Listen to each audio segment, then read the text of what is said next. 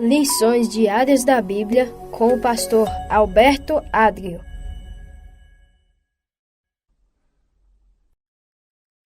Olá, hoje é segunda-feira, dia 23 de março, e o tema do estudo de hoje é Conexões na Igreja. A passagem bíblica que baseia esse estudo é Colossenses, capítulo 4, nos versos 10 e 11. E aqui, nesse texto, o apóstolo Paulo escreveu assim: Aristarco, que está preso comigo, manda saudações. E também Marcos, primo de Barnabé. A respeito dele, vocês já receberam instruções. Se ele for até aí, recebam-no bem. Também Jesus, conhecido por Justo, manda saudações. Estes são os únicos da circuncisão que cooperam pessoalmente comigo pelo reino de Deus. Eles têm sido o meu consolo. Em um mundo conectado, é difícil imaginar os desafios que Paulo enfrentou para fazer com que os membros das igrejas se sentissem parte de algo maior do que suas próprias congregações locais. Tendo por base o texto que lemos no início, Colossenses 4, versos 10 e 11, com essas saudações, Paulo promoveu a união dos irmãos. Ele preparou o caminho para a possível visita de Marcos, primo de Barnabé, até Colossos. Aristarco é descrito como companheiro de prisão de Paulo, como lemos em Colossenses 4, verso 10. Eles eram soldados que vestiam a armadura de Deus e lutavam para libertar os cativos de Satanás, a fim de recrutá-los para o serviço do reino de Deus, conforme Efésios capítulo 6, versos 10 e 11 e 2 Timóteo do capítulo 2, do verso 1 ao 4. Jesus, citado no texto que lemos no início, conhecido por Justo, que são nomes judaico e romano, que soam muito semelhantes em grego como Saulo e Paulo. Também é elogiado como um colaborador fiel no Evangelho. E no caso desse personagem que Paulo cita com o nome de Jesus, não é o Senhor Jesus, mas um amigo e companheiro que estava lá com Paulo, que por acaso também tem esse belo nome de Jesus. Paulo fez questão de mencionar que Aristarco, Marcos e Justo, que vemos também que se chama Jesus, eram judeus convertidos, pois eram da circuncisão, como Paulo citou em Colossenses capítulo 4, verso 11. Em seguida, ele menciona 3 gentios, Epáfras, Lucas e Demas, que aparecem em Colossenses capítulo 2, o verso 12 a 14.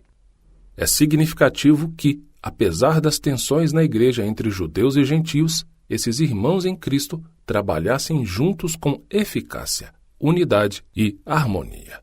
Ao dizer que eram os únicos, Paulo parece expressar sua decepção por não haver mais cristãos judeus unidos com ele em seu sofrimento.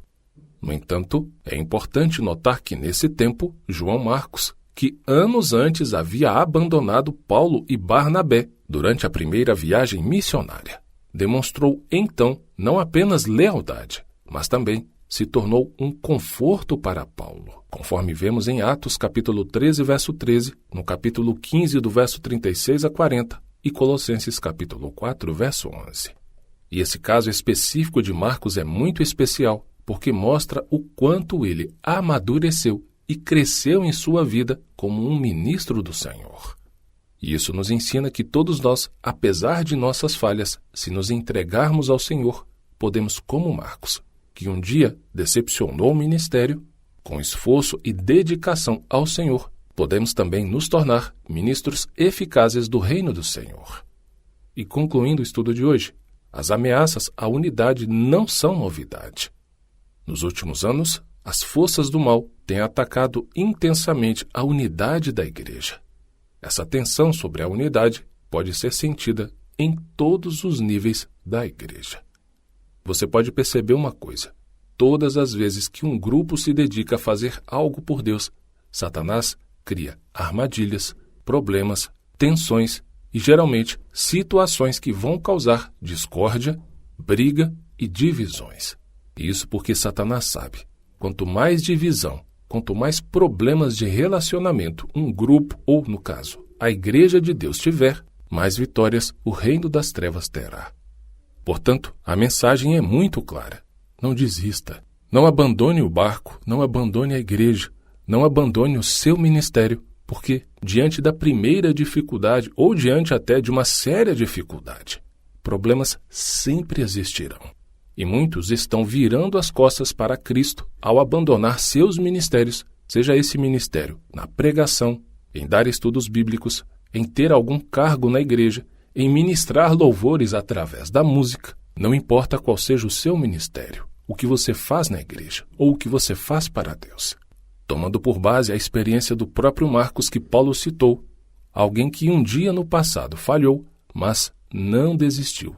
Continuou tentando, continuou se esforçando, continuou tentando fazer o seu melhor. Até que um dia, o próprio Marcos, que um dia abandonou Paulo, se tornou para ele um grande conforto, alguém que ajudou muito. E eu insisto em dizer, mais uma vez, não desista. Faça o seu melhor. Lembre-se, tudo que fazemos aqui na terra, no reino de Deus, é para Cristo. E se tem uma coisa que Deus faz, é recompensar o esforço que é feito com dedicação, ainda que ninguém na terra reconheça. Deus vê tudo, e Ele irá recompensar o seu esforço. Claro, desde que você não desista. E ao concluir aqui o estudo de hoje, eu deixo também com você o texto para a sua leitura bíblica. E a passagem de hoje é 1 Crônicas, capítulo 3. Que Deus te abençoe muito e até o estudo de amanhã. O Senhor deseja que nós tenhamos conhecimento da sua palavra. Por isso, continue conosco estudando as lições da Escola Sabatina. Que o Espírito Santo te abençoe muito.